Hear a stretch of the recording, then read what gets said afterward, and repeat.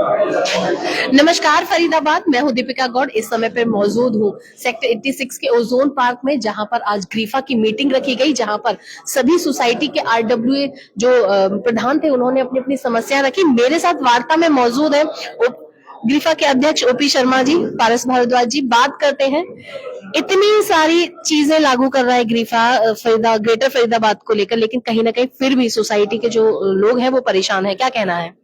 आप come under estimate कर रहे हैं, बहुत ज्यादा परेशान है। इतने परेशान, समस्याएं सुनी, हर एक स्टेप पे समस्या। जी। आप बिजली की ले लें, पानी की ले लें, सीवर की ले लें, बिल्डर की जो ले लें, बिल्डिंग्स का देखें, अभी से ये हाल होना शुरू हो गया है। IEDC वगैरह हैं, इनकी हैं, तो ये सारी इतनी है, अंबार लगा हुआ है। तो इनको सॉल्व कराने के लिए 1 बाय 1 स्टेप, छोटे से लेके बड़े तक ऐसे चलना पड़ेगा। तो हमने ये भी कहा है अपने साथियों से भी, आप मौजूद थे, सुन रहे थे, कि अपनी कमेटीज बनाने के लिए भी जो वॉलंटियर्स हैं वो भी हमें मुहैया कराएं, और तो उनको साथ देखें।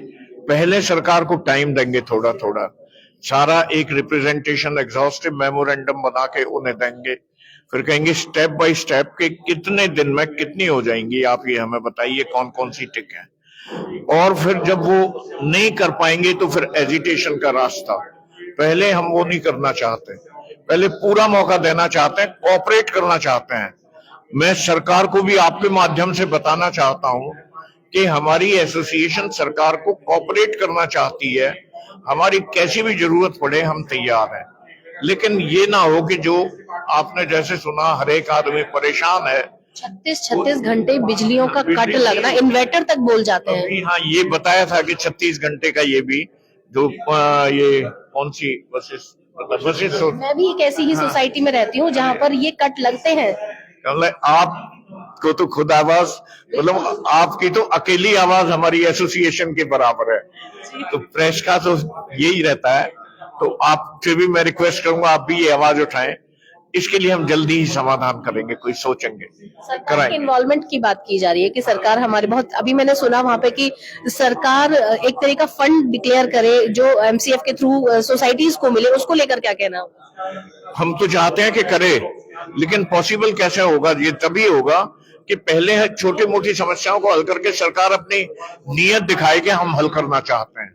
और कुछ भी नहीं करेंगे, ऐसे ही बैठे रहेंगे, बड़ी बड़ी बातें करते रहेंगे, तो फिर कुछ नहीं होगा। तो इसलिए उनको फोर्स करेंगे, मजबूर करेंगे।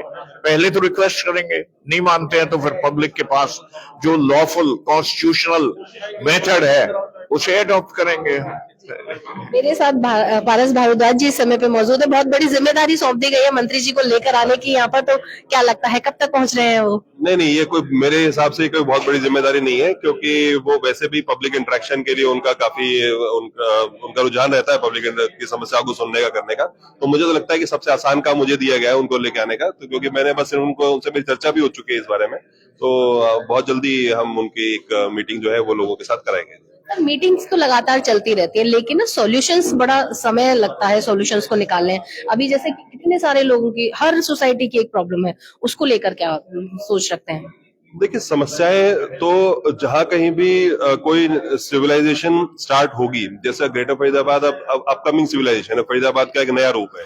आने वाले 10 साल बाद शायद जो नहर पार आज इस एरिया को बोलते हैं, तो मुझे लगता है कि बाद में उस एरिया को नहर पार बोला जाना शुरू कर दिया जाएगा, जो सड़क के उस तरफ है, मतलब जिसको जो सेक्टर वाला एरिया है।